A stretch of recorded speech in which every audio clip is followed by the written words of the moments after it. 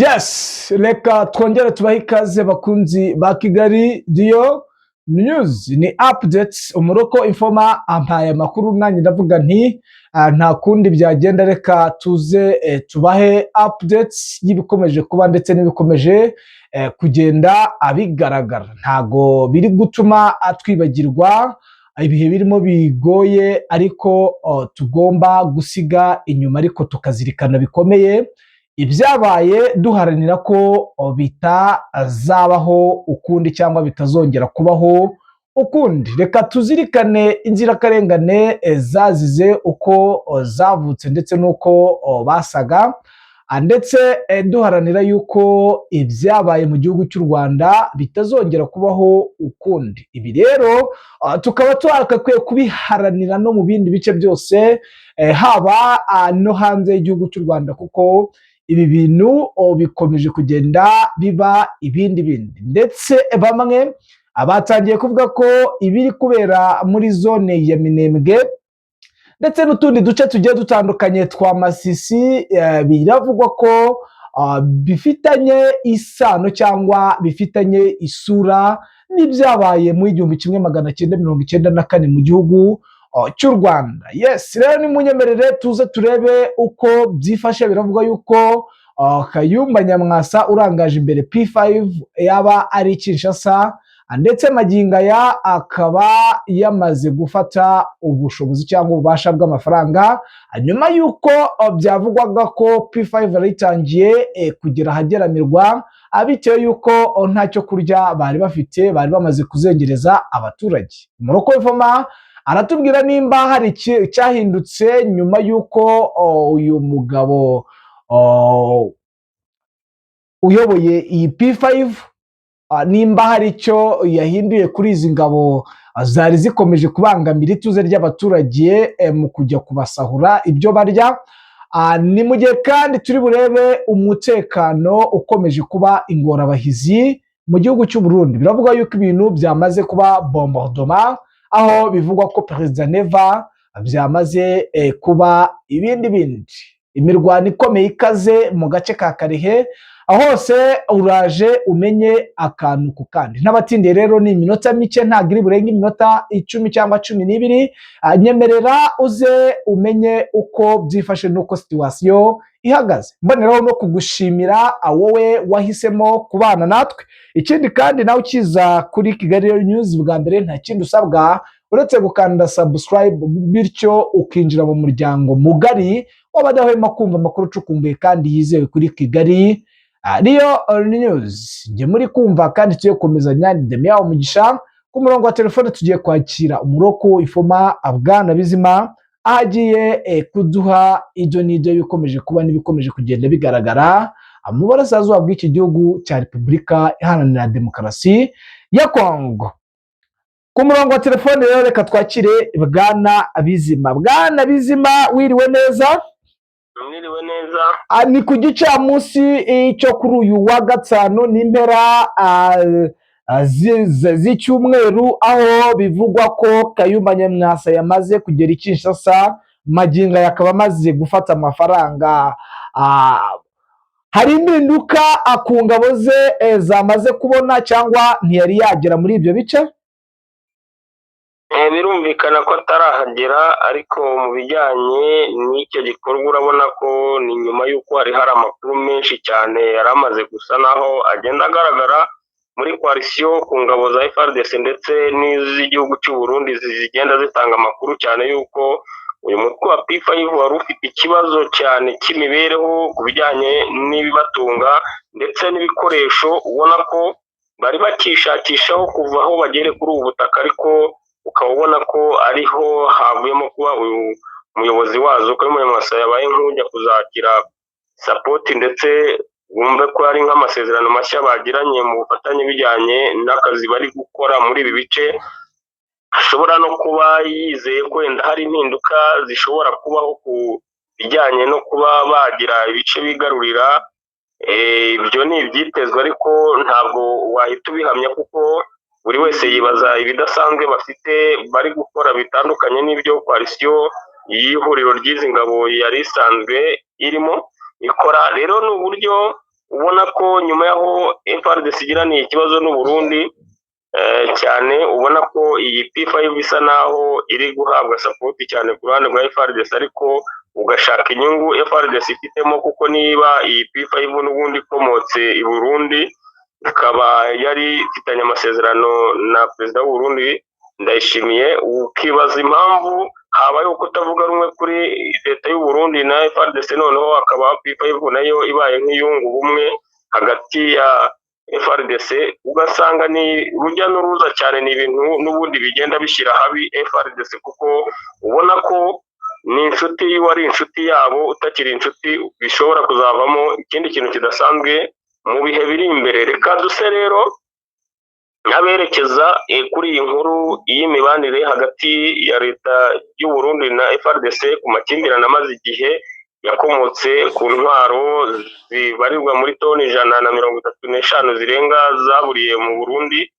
Iki ni ikintu cyateje umwuka mubi ukomeye cyane, na n'ubu kigikomeje. Ubu umukuru w'igihugu cy'u Burundi wari uri mu ruzinduko muri Ethiopia, ndetse mu masaha aya turimo ashobora kuba asoza uruzinduko rwe agaruka mu gihugu cy'u Burundi Bujumbura. Hari amakuru yatangiye gucicikana ko hari imigambi mibisha isa naho iri kuri uyu mugabo, ndetse ubona ko afite abanzi benshi cyane muri iki gihe, ameze nk'umuntu ufite ibibazo bikomeye cyane ku ruhande rw'umutekano we bwite, ndetse haba hanze mu ngendakura no mu gihugu, kuko ubu hariho kwitegwa ko ashobora kugira ikibazo ku ndege ye igarutse mu gihugu cy'u Burundi, ariko hakaba hadatangwa amakuru y'icyaba kuri ibyo, kuko ubona ko ari amakuru asa naho ari ay'ubutasi, ariko batabashije gusa naho berura igikorwa gishobora kuba.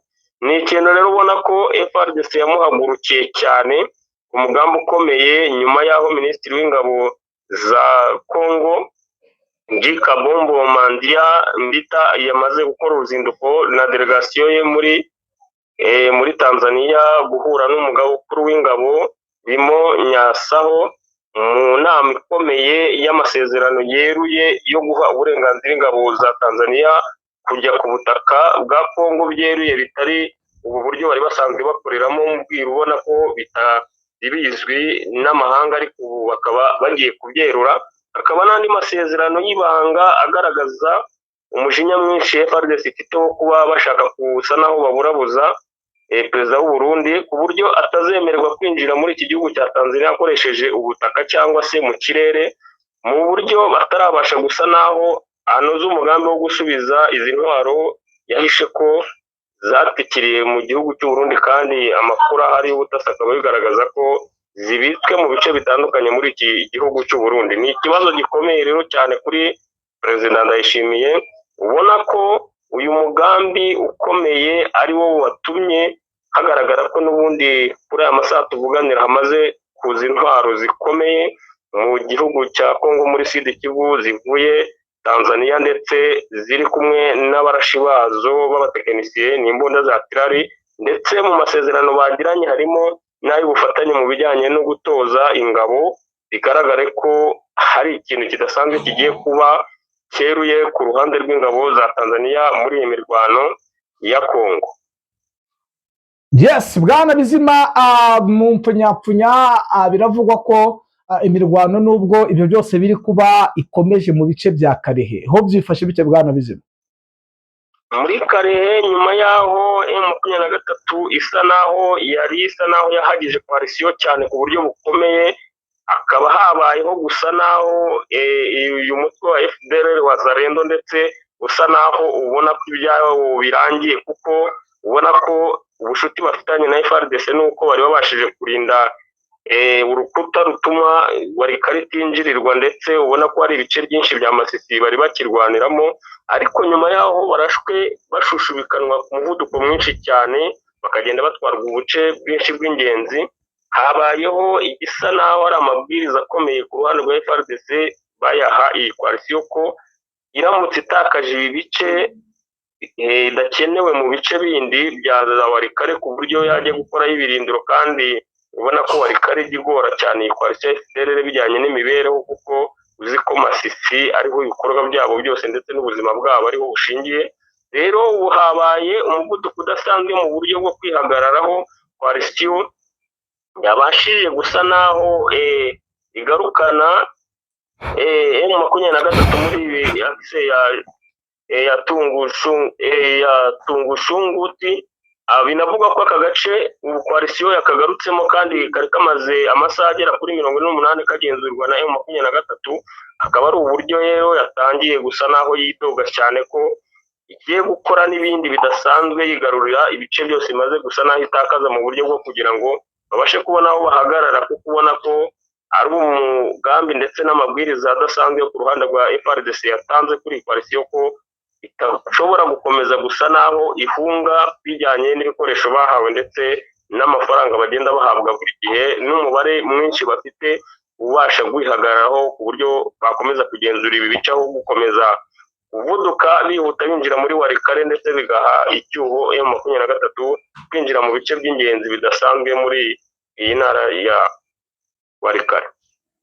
Yes, Bwana Bizima rero mu yandi makuru sinzi nimba hari izindi updates zihuta z'ingenzi twaba twibagije kukubazaho, kuko mbwiye bimwe muri ibyo by'uwo mugaba mukuru w'ingabo za P5 wamaze kugera i Kinshasa, ndetse umbwira nuko ibibazo i Burundi bimeze n'ibyo bya kare. Sinzi nimba hari ibindi wenda watwapdatingaho waba wari wibagiwe.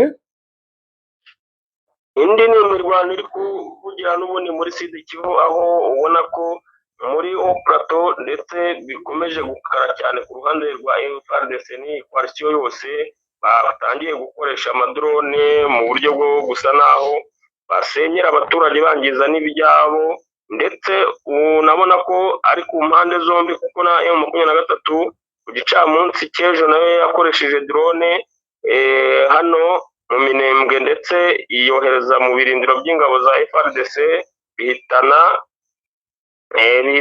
umumajoro, ndetse uwo bita ngo Ikisura, uyu yari umumajoro wa Special Force Hibu wabashije gusa naho iyi drone muhitana, ndetse n'abasirikare 5 bari bamurinze. Havugwa ko harimo n'ingabo z'u Burundi zishobora kuba zarahatakarije ubuzima zitazwi.